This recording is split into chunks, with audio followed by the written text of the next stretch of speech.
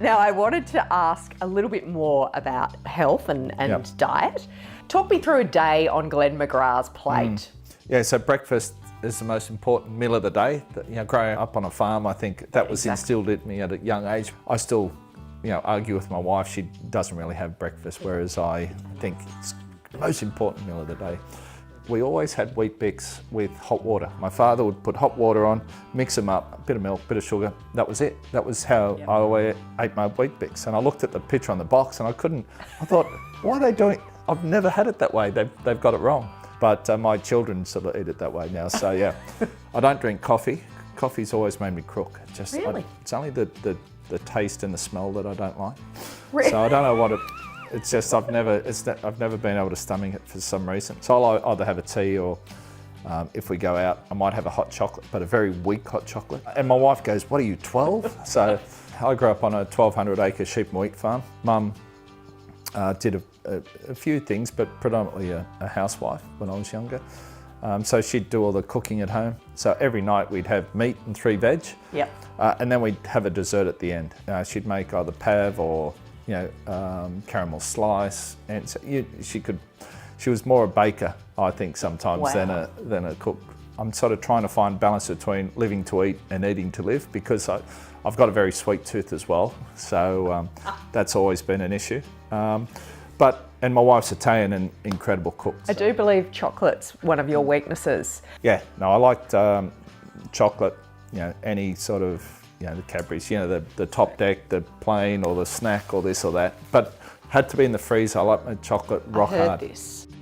There's a lot of theories about different types of strength training and high intensity interval training and cardio and so on and so forth. What's your particular mix or preference? Probably a bit of everything, to be honest. When I played, bowling and running were 2 things that I felt, and my trainer always said, depletes your strength. So if you're just running all the time without doing weights, you're fit and you're active, but I think your strength levels are just dropping off. And that's what I found. So I like a good combination of all of them. I think as we get older, to do weight training is really important for our for everything, for our muscles, tendons, ligaments, bones, you name it. So I've got a full gym here at home, which I try to do at least sort of 4 or 5 days a week, get in, do something. When I played, it was all about strong core, glutes and legs. Yeah, okay. We didn't do much, chest and arms. Now I've retired, I'm trying to do a little bit more on the beach muscles, as I call them.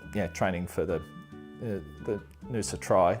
Well, 40k bike, or 1.5k swim, 40k bike and a 10k run. So you're going to have to start doing some, bit scary, isn't it? That is scary. Do some longer stuff there. So yeah, I think a combination of all 3. I'm not set in my ways where you must only do that. I think variety is good. For some reason, my wife thought it'd be a good idea, and then I agreed with it that we do the 2017 New York Marathon. So we did that, and my right knee just hasn't been the same since then. The 20 years of bowling on it beforehand, that did nothing to it. But so I just managed that. It's great at the moment.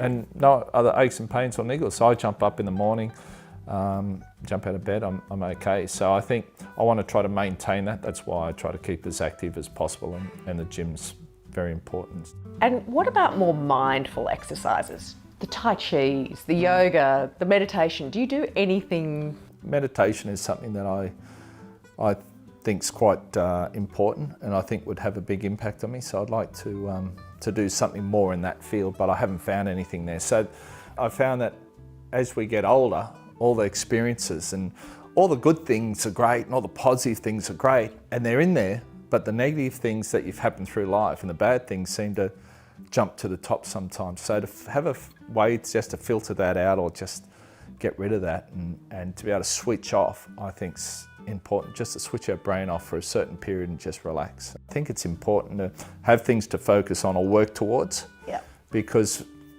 otherwise things just start dropping off, and before too long you realise, I'm not in where I want to be physically or mentally, and then it's so much tougher to get back from there.